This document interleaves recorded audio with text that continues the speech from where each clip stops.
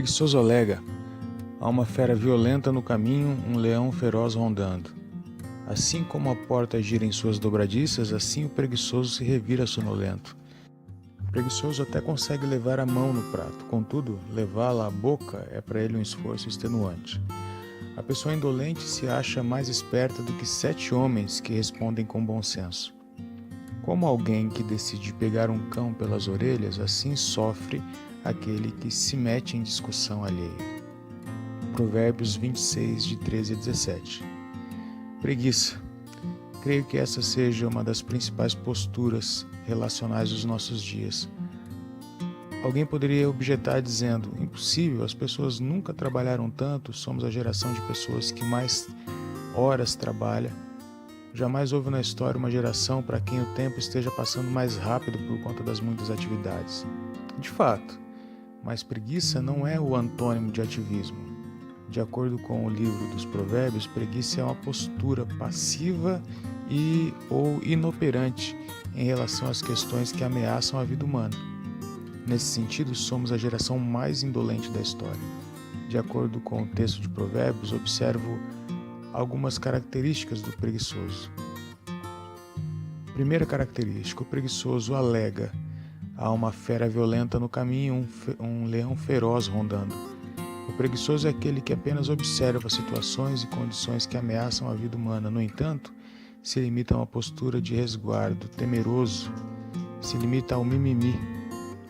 Eis nossa geração cheia de opinião, informação, nem sempre de boa qualidade, mas sem nenhuma ação prática.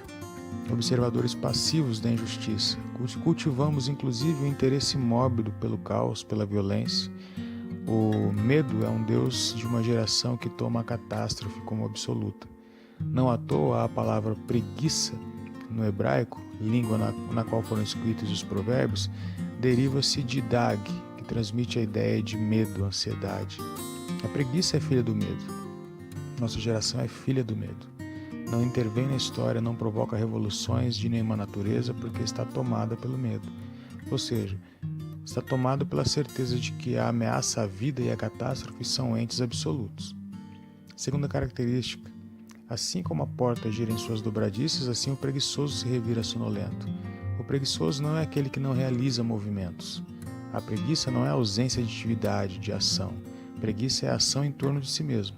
Ou seja, é a ação que não intervém na história. Em última instância, a essência da preguiça é o individualismo.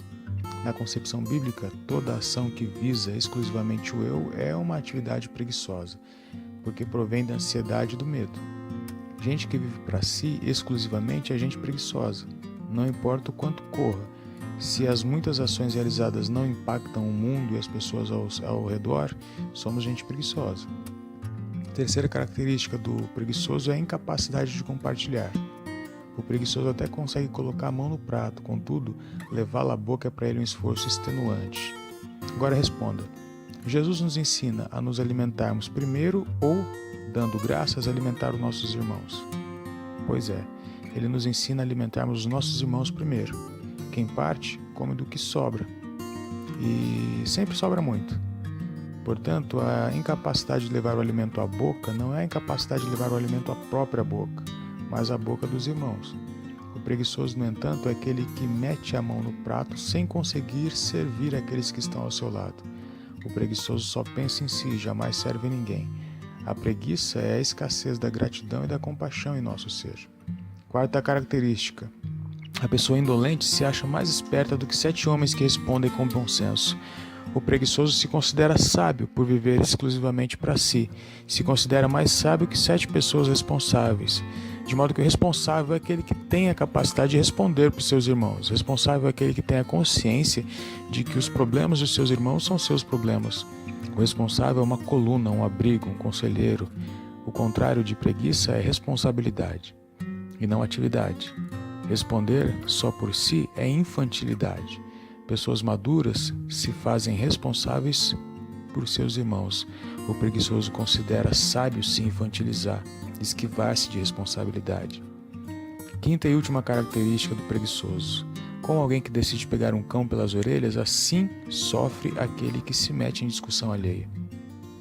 O preguiçoso, quando lê quando ouve esse verso, acredita que o que está sendo dito é que gente esperta não se mete em questão alheia.